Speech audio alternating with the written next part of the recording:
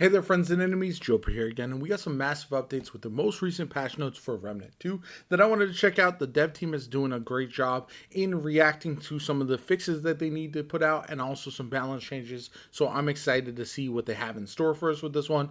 And yeah, let's just jump right into it. Performance and crashes, they've optimized a bunch of that stuff and updates to improve hitching and potential crashes, fixed multiple recorded crash bugs, that's all good stuff. Quality of life, increased trait cap by +5. Good. I like that. Tomb of Knowledge now grants scrap and XP once you've hit the cap. Good. Orb of Undoing now has unlimited uses. Good. Remove the trait requirement for equipping a second archetype. Again, all of this is a W in my opinion because it makes jumping into the game easier. And there are just lessons learned from launching the game. And I'm glad this stuff is being adjusted quickly. Remove the scrap cost for converting a mysterious item into an engram. Lower the luminite cost for converting a mysterious item into an engram. Slightly increase the scrap gain from breakables. I like that. More scrap is better. Increase scrap gain from regular and rare chests.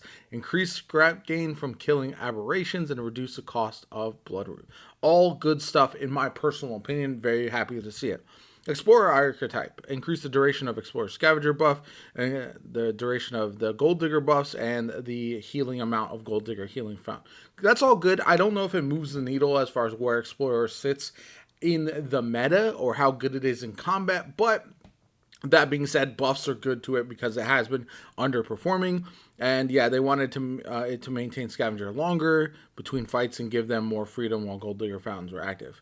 So again, I don't know if that's a massive difference. It's still going to be outshone by some other options, but overall, not a terrible update. And I hope we get more buffs to explore in the future to make it more than just like a exploration one trick type of archetype. Archon archetype. Increase Archon Havoc Lightning from Lightning Hands. Increase the Havoc form blink damage. Reduce the Havoc form cooldown.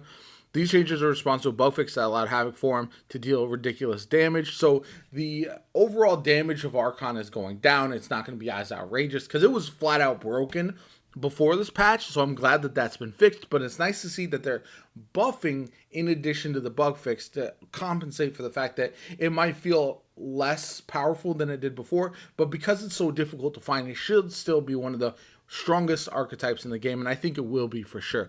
Challenger adjusted the damage fall off from their close quarters perk. At max range, challengers will always maintain a 10% damage bonus to all damage. Good. Increase the handler's pack hunter range.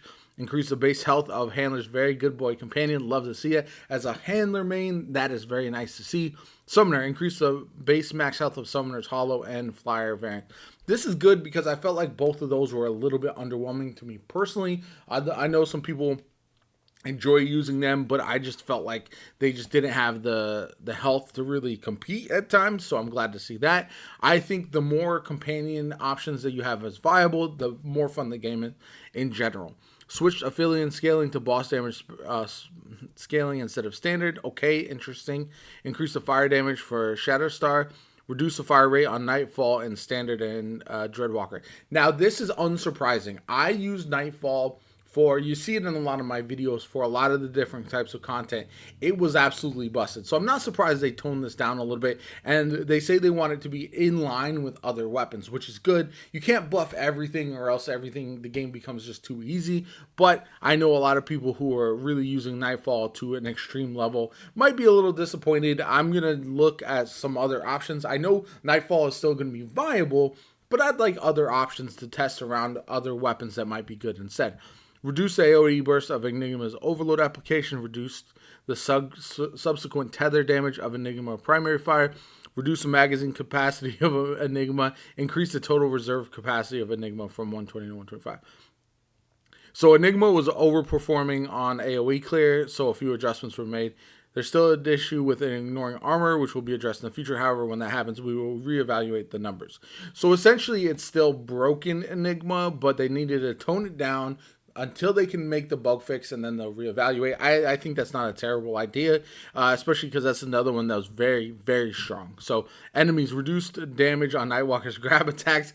I know Nightweaver was one that annoyed a lot of people, so that's fair. Adjusted the hitbox of Magister Dalaire's tongue attack to better match the visuals. Good. I always like to see that. because it can be off-putting when you're shooting at something that looks like it should be hittable, but it's not. Reduced incoming damage in multiplayer from 25% per additional player to 15%.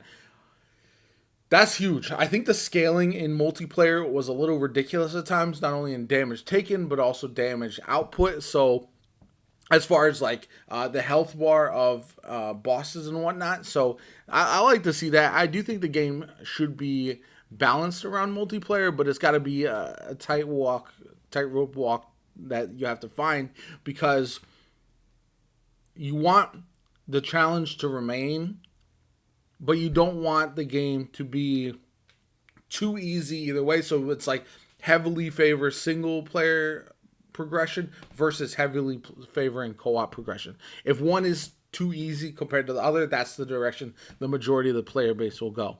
Some progression fixes. I know some of these were issues like progression with the final boss, especially with the using what was, where is that? So fixed tall Rotha boss fight lock. If game was exited during cutscene dialogue, that's good. So yeah, a lot of the rewards will not be retroactively given to folks, so keep that in mind. But it will fix a lot of the issues going forward, which is good. I mean, you would wish that you could be compensated for the things that you might have missed out on, but unfortunately, that's not always the case. So I'm glad that it'll be fixed going forward. Fixed achievement issues, fixed trophy issues, all that kind of good stuff. So a lot of these fixes are nice. I haven't ran into a lot of these, but fixing issues causing an invader perk shark to not apply as damage bonus, so that's nice. Yeah, gear and items, VFX fixes, all this kind of good stuff. Enemies. Fixed health issues with Primogenitor. Fixed issue with Root Knight's puddle projectile dealing damage on hit. So yeah, all of it's good. I think these are all good changes. A lot of these bug fixes are not anything major, but it's just nice to see them including so many. Like, this is a massive patch as far as quality of life changes, bug fixes, and then balance patch stuff, with it happening so quickly after the game is released, because it shows that they are on top of what they want to do with the game. Not everything is going to be an easy fix. Not everything is going to be included with a initial patch like this, but it's good to see that they're on the right step, and that's always a positive, because the next step is not only more bug fixes, but then on the road to our first DLC, which I think will happen over the course of time. Excited about that as well. Anyway, I hope you enjoyed the video. If you did, hit that like button. Subscribe to the channel, helps me out tremendously. I've been absolutely loving Remnant 2, and I can't wait to dive into more as they continue to update the game, which is very satisfying to see. I hope you have a good one, and I'll catch you all later.